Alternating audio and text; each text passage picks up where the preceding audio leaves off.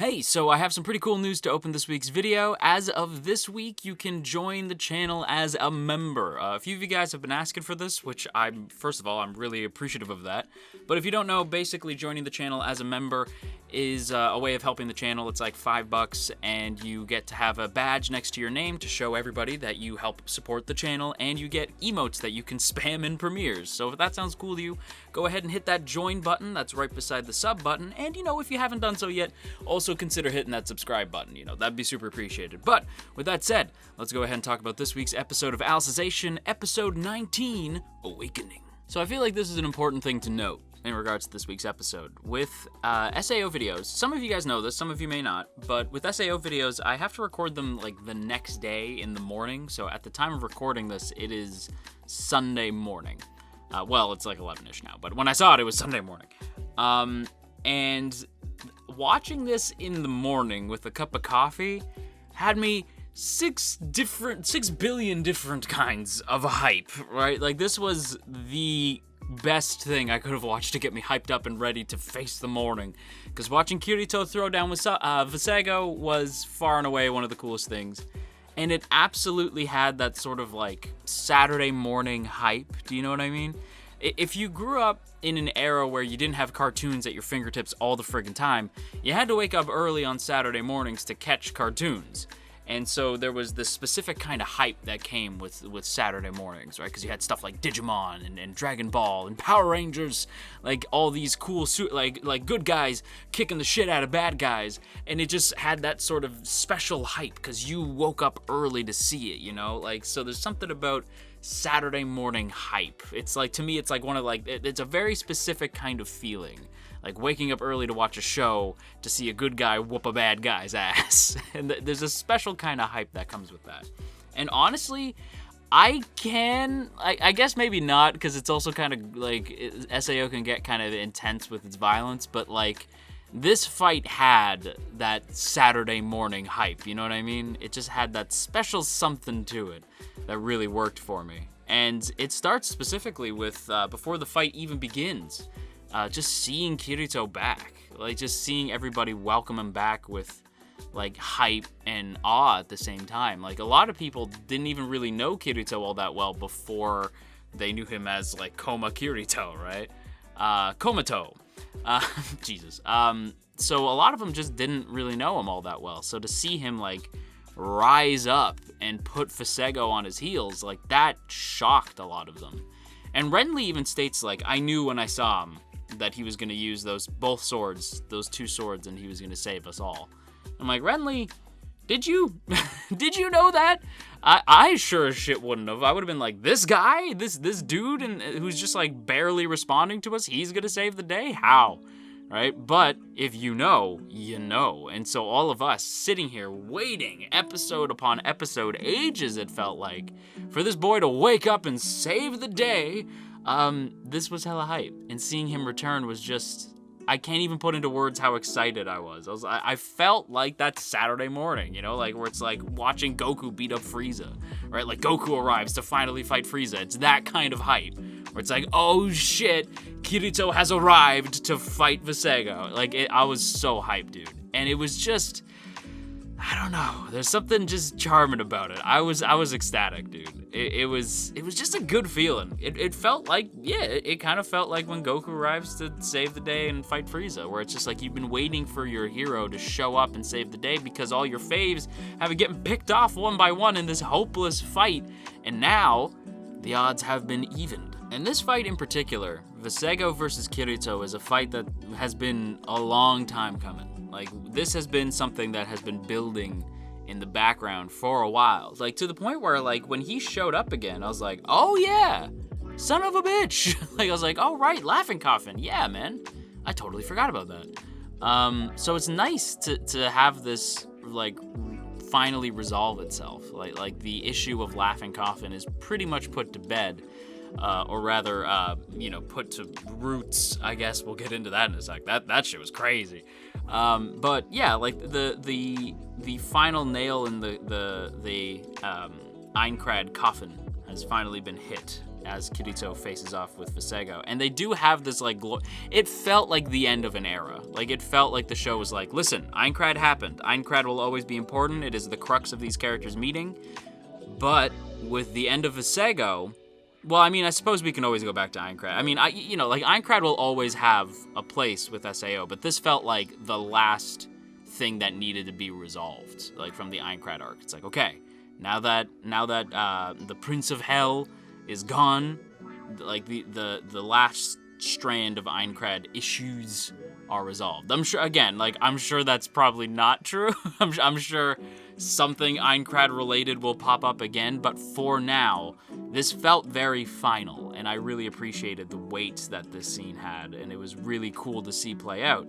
And even the fight itself is hella hype, right? Like, the fight, and the fight starts with Kirito on the back foot. Like, Visego is way stronger than Kirito in the beginning, and at first I'm thinking, like, wait, why, right? But then you gotta remember, Kirito's been sitting and laying down basically the entire arc. This dude, he's had swords in his hand, but it's not like he's been using them, you know? Like, Kirito's been in a mostly comatose state for a long time, so he's just getting his sea legs back, as it were. So to see him sort of struggle, it's like, at first I was like, wait, what? You're Kirito. Like, what are you talking about? But yet, at the same time, I'm like, yeah, that makes sense. Visego's been fighting this entire time, and Kirito, it's been a hot minute. So of course he's like, wait, I'm not ready. It's been a hot second. And on top of that, he's only using the one arm, right? He's not using the other sword because the Blue Rose sword is still broken in half, but he doesn't want to let it go because that's the last piece of Yu-Gi-Oh, you know? And, like, they have this clash where Kirito and him have, like, a battle of words in the middle of their actual battle of swords. And Visego basically tries to get Kirito to, like, kill the other knights because he's like, oh, you know, you better do it now. Oh, what's going to happen otherwise? But as they're having this talk, and remember, like, to the characters of Underworld, they die if they, to them, killing these players is like killing a person, right? Because that's all they don't really understand what's going on. So it would be traumatizing for them. Kirito would basically be putting the Underworld characters through the same shit, right? Like, because they don't know the difference. So Kirito's like, obviously, I'm not going to do that. But I mean, he does it anyway. He does it, but he doesn't make them do it, you know, because he's like, I can take care of them because I know they're players, but they don't know that, so I'm not gonna put them through that. But what I love is in this moment where, like, they have, like, this showdown where Visego is basically winning, right? He's just like, I'm always right, and I knew this was gonna come, and I knew our final showdown was gonna happen eventually. It may as well be here. This is the grandest stage I could have imagined. And, like, it looks like he's getting the upper hand, and just as he thinks that, Tease sees a flash of somebody when she, like, rips the hilt, or the scabbard of Blue Rose. A figure walks by, and I'm getting goosebumps just thinking about it. And and honestly, I did really like Tease in Yu-Gi-Oh! A lot. Like, that was kind of my ship for Yu-Gi-Oh! Honestly, was Tease in Yu-Gi-Oh! So the fact that Tease sees it, I'm like, fuck yeah. And what she sees is my boy. My precious son! My Yu-Gi-Oh! Oh my god, every time this dude shows up, I'm like I get that, like, and then, like, and immediately I get all emotional. My eyes well up, and I'm like, my boy, my precious boy. Like, every time I'm like, don't leave, Yu-Gi-Oh! God damn. And I love that Yu-Gi-Oh! Just is in that moment with Kirito, right? Like, Kirito looks and it's like, wait, what? And again, like, it's just, like, I'm not sure, like, how the whole spirit thing works. It's not really that they're there. It's more like just the idea of that, whatever. Like, it does, again, like, we'll get into something that I want to talk about in regards to SAO storytelling later. It's a good thing, don't worry, and unless you don't like SAO and you want somebody to rag on it, in which case, grow up. But, yeah, Yu-Gi-Oh! Appearing, it warmed my icy cold heart, right? Every time my boy shows up, I'm just like, there's my son! And it's just enough to push Kirito forward a little bit more, right? And to me, I loved this scene, right? Because Kirito can't win on his own. And to me, it was such a great analogy of, like, how Alicization has changed Kirito. Because Kirito's faced Visego before and lost, right? I mean, like, they beat back Laughing Coffin, but Visego ended up getting the last laugh. So the idea of having the showdown again, Kirito, he's not winning, right? He's on the back foot the whole time.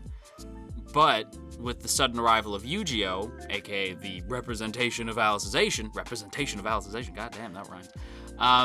Yu-Gi-Oh manages to push Kirito forward, and together with their powers combined, they manage to beat back Vizego. And to me, it's such a great analogy of how Alicization has affected Kirito as a character. To me, he became this, like, Kirito was always this, like, very bland, like, milquetoast. You're supposed to imagine yourself in his shoes, so he has, like, bland hair, he has a bland personality. He was very bland at the beginning. But as the show went on, Reki and A1 tried their best to sort of craft a personality for Kirito. He kind of started to become his own character. He really started to step into his own. By the time you get to Alicization, Kirito is, in my opinion, like, a full-fledged character that I'm genuinely rooting for. And to see him sort of go from this, like, cocky, swashbuckling type character back into the dual-wielding badass, but still keeping all of the character that he had up to that point, it's a good feeling. It's like seeing this character, like, it's like the two halves of Kirito, like the badass, dual-wielding Kirito from the OG SAO, and this fun, swashbuckling, like, genuine character that we got to watch through Alicization. You fuse those together, and it feels like Kirito has finally come full circle. So the appearance of Yu-Gi-Oh showing up as, like, the last-second save to me is such a great analogy of how Alicization has helped Kirito, like, truly grow into his own. And the fact that he still needs Yu-Gi-Oh, you know, like, he still had, like, Yu-Gi-Oh and him will forever be, like, brothers in arms. Like, they will forever be tied together. And for some people, they will forever be in each other's hearts as a ship. But for me, it's I never really saw Yu-Gi-Oh and Kirito as a ship. I know that there's Kirito and Yu-Gi-Oh shippers, and I'm not going to try to rain on your parade at all. If you ship it, that's you. And all the power to you. For me, I've always seen it as a brotherly bond. So I can't really see it as a shippy thing. Like, for me, it's always been, like, two brothers. And they still, like, they'll always be there, right? Like, Yu-Gi-Oh will always be there, like, for Kirito as, like, his strength. And I loved that scene. And it was so freaking cool to see the blue rose sword reform, right? In that moment, it fixes itself, and it's like, so sick! And then the friggin', the night sky sword, it gets all the resources, like the player resources, in the air. And with the two swords' powers combined, lots of powers combining this week. With the two swords' powers combined, what happens? My boy gets his friggin' outfit back. And I was like, oh shit, the dual-wielding Lord returns. God damn. I was like, holy shit, I'm not gonna call you Black Swordsman. I will never call you that, because there's one Black Swordsman, and he does not share that title. But Kirito will forever be my dual-wielding swordsman. Forever, the GOAT dual-wielder. And I was like, fuck yes, seeing him return like that. Again, listen, like, you know what, fire, we'll get into this here. Are there things in SAO that's like technobabble, blah, blah, blah, like spirits, blah, blah, blah, like Kirito gets his uniform back? Is there an explanation for it? Yeah. Does it always make a lot of sense? Not to me personally, but to a lot of people it does. And here's the thing though, whether or not it makes sense in terms of narrative, I have never given less of a shit, because the thing that SAO does, and does excellently, is that this is like one of like the strongest examples to me of incredibly impressive emotional storytelling, where everything resonates, at least with me, and of course with you guys watching. Like, a lot of the people who watch SAO, something about the series just resonates. And even if sometimes you gotta kind of shake your head and you're like, really? Like, or like, how did that happen? It only happened, like, that question is there for like a split second, because you're like, I don't care. It's the same thing with, I've said this before, but it's the same thing, like, emotional storytelling is the reason why you don't care that the stormtroopers can't shoot straight in Star Wars, because that's not what you're thinking about. Because the emotional storytelling is so strong that you're just in that moment. And with SAO, especially Alicization, although with Alicization too, even just like the general like explanation of things like that, it all tracks, right? But the emotional storytelling is where it's at, to the point where I don't even really care like if it tracks, if the logic tracks, because for me the emotional tether, like the emotional strength of the show resonates so hard that like ghosts of Yu-Gi-Oh and Yuki can show up, and I'm like, yeah, fuck it, sure, why not? It makes sense to me because that's SAO and that's its strength. And to me, like seeing Yu-Gi-Oh show up, the Kirito's old uniform show up, the tree thing. Although again, the tree thing does track and it makes a lot of sense, and we'll get into it. But even if it didn't, I wouldn't. Even if there was no explanation at all, like even if we never saw like the Night Sky sword be made out of the Gigas Tree branch, like even if we didn't see any of that shit and it was just like it just happened, I'd be like, sure, because that's the strength. Like with SAO, everything just sort of resonates for some reason. Like there's something about it just works. Like so, even when stuff happens, I'm like, fuck it, all right, cool. And speaking of the tree. Let's talk about the tree. This is like the coolest thing to me. I was like, oh, that's so goddamn clever, Reki. So it was this moment where, you know, Kirito, he gets the uniform back, he's dual wielding, it's a dope ass fight, and again, it's that Saturday morning hypu, right? Like where it's this dope ass fight, Kirito using like this, like a smokes, like kicking up dust to use as a smoke screen, kind of like sneaking around Visego. Visego like splits into three, they have this crazy ass fight, and it ends with Kirito chopping through Mate Chopper, which is too bad because that cleaver's fucking awesome. But like, yeah, Mate Chopper's gone. I've been swearing a lot this week. You'll have to forgive me. I'm like very hypoo. But yeah, Kirito slicing through Mate Chopper, and Visego basically says like, listen, like you may have got me here, but if you strike me down, I'll become more powerful than you could possibly imagine. No, he doesn't say that. Sorry, Star Wars references out the wazoo. No, Visego says that he'll, no matter what, like if you chop me down here, if you strike me down, I'll just wake up in the room with the STL with the rest of my gang, and I will find you, and I will not stop until you and Lightning Flash over there are dead. I won't stop until you and Asuna are eradicated. I will kill you one day. And Kirito's like, no, you won't, because this is gonna end right here. And Kirito turns that bitch into a tree. Kirito just like uses the Night Sky sword, and he kind of like puts it through the gaping hole in Visego's character, and does something with it. He kind of like turns it basically like a key, almost like a keyblade. Oh, dude, Kirito with the keyblade. Jeez, Kirito like turns it like a key. And all of a sudden, like, roots start to sprout from Visego, and he, like, morphs into a gigantic-ass tree, like a new Gigas tree. And it's like, bruh!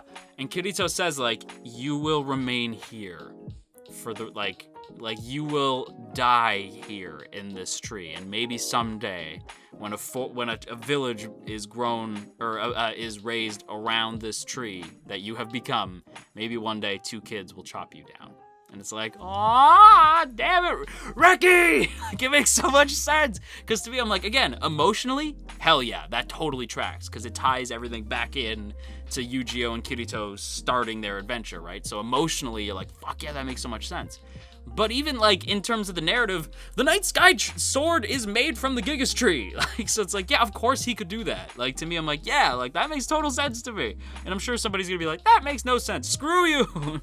To me, it makes it, to me, I'm like, yeah, the emotion tracks, the logic actually tracks. Like, I'm cool with this. And it leads to just a beautiful moment where everybody gets to reunite with Kirito, and it's great. I love the fact that Klein, like, cries, because I'm like, oh, Klein, you're my favorite member of Kirito's not harem, you know what I mean? You're my favorite member of Kirito's like friend group. He is, listen, like Yu-Gi-Oh is forever Kirito's boy after everything that happened, but Klein is like his OG boy, you know? He like Klein is his ride or die, been here since the beginning, will always be here boy, you know what I mean? Like that's his like OG, we started this shit together, and people forget that shit, right? Because don't forget, it wasn't Asuna he met first, it was Klein. So to me, I'm like, Klein is the, like, and I love that, like, you're always stealing the spotlight. And I'm like, I agree, Klein, you need an arc. Wait a minute, you got an arc. And it didn't go well. Reki, give my boy a better arc, please and thank you. And I know you can do it at this point. But yeah, give Klein an Aggle. And Liz and Silica, give them an arc, damn it. Like, give them something cool to do. But yeah, Kirito basically gets to reunite with everybody. Him and Asuna get a sweet moment, and the whole time I'm like, kiss, right? Like, just kiss. They don't kiss, but they do have a really sweet, like, forehead touch moment. And then a bunch of other shit happens. But honestly, like, the biggest thing to me was the fight with Visego. But yeah, a lot of other stuff happens. Like, there's a lot of shit that happens on the Ocean Turtle that I am going to gloss over. The biggest thing for me was I was like, oh, thank God Higa's okay. Like, that was my big thing. I was like, Higa's okay, Rinko's okay, Kikuoka is okay, we all Gucci. Like, those three, I'm like, nothing is allowed to happen to these three. The bodyguard is absolutely a dead man walking, though. like Kikuoka's bodyguard, I'm like, oh, he dead. Just because they're like, I need you to hold the line while we get this, like, sorted, and he's like, okay. And he's like, no, you'll be facing combat, and the bodyguard's like, I got this. I'm like, you do not got this. Like, that dude is a dead man walking. But we find out that the JSDF will be arriving in about an hour 20. So they have an hour 20 to get, like, the bad guys have an hour 20 to get Alice, get the hell out of there before the JSDF shows up. And Higa, Kikuoka, and Rinko think everything's just gravy now. But all of a sudden, the maximum acceleration is activated, and this does seem like an accident, because Glasses Dude seems kind of shocked that this happened. He was told, like, at the 8-hour mark, speed time back up, but I don't think he meant for it to go that fast. You know, he's like, oh, even he looks like, oh shit. So maximum acceleration basically means that everybody who is diving with equipment that can't keep up with that speed, they'll be logged out. But people in STLs, like Kirito and Asuna, they'll be trapped there for 200 years if they cannot log out in time. And they can't log out by dying, because that will just result in them spending those 200 years in total sensory deprivation, which, like, yikes. And, okay, listen, just the mere fact that Kikuoka tells them that, and by the way, Kirito apologizing to Kikuoka was, like, really charming for some reason. I was like, aw, I kind of needed to hear him say that. Because that was a long time ago, man. But, yeah, Kikuoka, basically tells them, like, yeah, like, if you can't log out by dying, because if you die, you'll just be stuck in there for 200 years. It'll be total sensory deprivation. You'll just be consciousness floating in nothing, feeling nothing, like no senses for 200 years, which would absolutely fry your brain, right? Like, that would destroy you. The mere fact that he said that, though, I'm like, Kikuoka just jinxed somebody. I don't know who it is. I don't know if it's Kirito. I don't know if it's Miller. I don't know if it's Asuna. Hopefully not, but I'm assuming somebody is going to get stuck for 200 years. Otherwise, why'd you mention it? So it's like, I have a feeling that's going to happen. Like, because listen, like, either it's like a MacGuffin just to get them moving, or to Chekhov's gun, and that's going to come back. And just the mere fact that it was mentioned and that they put focus on it, I'm like, that's my guess. That's going to happen to Miller. And that when he gets out, his brain is just going to be goop. You know what I mean? Like, he's just going to be like a gibbering mess when he gets out of the STL. Like, that's what I think is going to happen. But speaking of Miller, we also got to see Miller and my friggin' girl Alice again, and Amayuri and Takiguri, which was nice. Alice has this sweet moment with Amayuri and Takiguri, basically, where she gives them their final orders. And those orders are just find families and live long and prosper. Just live well and be good. And that's it, right? And I'm like, oh, why you gotta get me in my feels? Because I was like, I like Amayori. And Takaguri is the last remnant of my boy Eltry. So of course I'm like, bruh, like, don't get me all up in my feels, please. Right? It's like, I don't need these emotions. And then both dragons, like, they start to shed tears, and Alice right away is like, Amayori, what are you doing? Right? Because she just could tell, it's like, what are you thinking? And then both dragons are like, you know what? Screw this! And they both fly off and they head towards Miller, and I'm like, no! Right? Like, not the dragons! And by the way, Ai Kayano's acting, like that, Amayori! Like that, like high-pitched scream that she does when she realizes her partner, dragon, after all this time, might go out. That scream that Kayano gives. Oh, it's so good. Alice is top tier, man. Like, it's been so long since we saw her, and the instant we saw her again, I'm like, Alice, my girl, you gotta get the hell out of here, right? Like, it was just that reunion with Alice that I was like, I wish we could spend more time just hanging out, but you gotta hustle. You gotta get the hell out of here. But then, yeah, Amayori, like, and Takaguri, like, flying off. I'm like, not the dragons!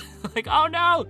But Kirito arrives for the last second save, which, don't get me wrong, I absolutely, positively, 1000% want to see Subtilizer, the Subtilizer version of Miller going up against Kirito. But, and listen, like, this is my concern, right? Because I was like, okay, this is what I was worried about. Was when Kirito shows up, I don't want Kirito to be the one who takes out Miller. You know, I want it to be my girl. I want it to be Alice, right? To me, like, Kirito taking out Visego is, like, that's the cap to his arc in Alicization, right? To me, that was it, right? So I was like, perfect, okay. So that's done. Alice has to take out Miller.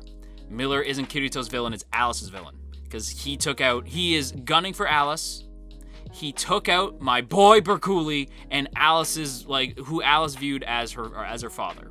Miller, at this point, is two people's villains. He is Sinon's villain, and he is Alice's villain. And since Sinon ain't gonna show up to take this dude out, it's gotta be Alice. So if it's Kirito, don't get me wrong, I'll be hyped to see the fight, right? Like, I will be hyped if it happens. Like, if Kirito's the one who takes him out, I'll still be hyped.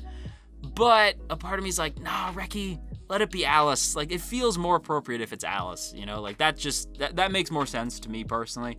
But I'm not against this fight either. You know what I mean? I'm definitely not against seeing this. But with that said, everybody, that's gonna wrap up today's video here. So I hope you guys enjoyed. If you did, don't forget to boop that up snoot and share if you care. And of course, as always, I have to give a big thank you to the good folks in the T Squadron. Look at these beautiful people. Look at these beautiful names. And hey, if you would like to join the T Squadron, there are 2 ways to do so now. The first way is the tried and true way. You can go ahead and check out that first link in the description to check out our Patreon page. And for less than a cup of coffee a month, just a single $1, you can help support the channel and see your name float across the screen, or you could scroll down to find the sub button, and beside the sub button there will be a join button, and there you can join the channel as a member and get yourself a cool badge next to your name and some fun ass emotes. So if you choose to do so, that's big kudos to you. I'd really appreciate you even considering that, and for those of you in the T Squadron, once again, a big thank you. Now with that said, everybody, I'm gonna go have my second cup of coffee and sit in pure hype to see Kirito versus Miller.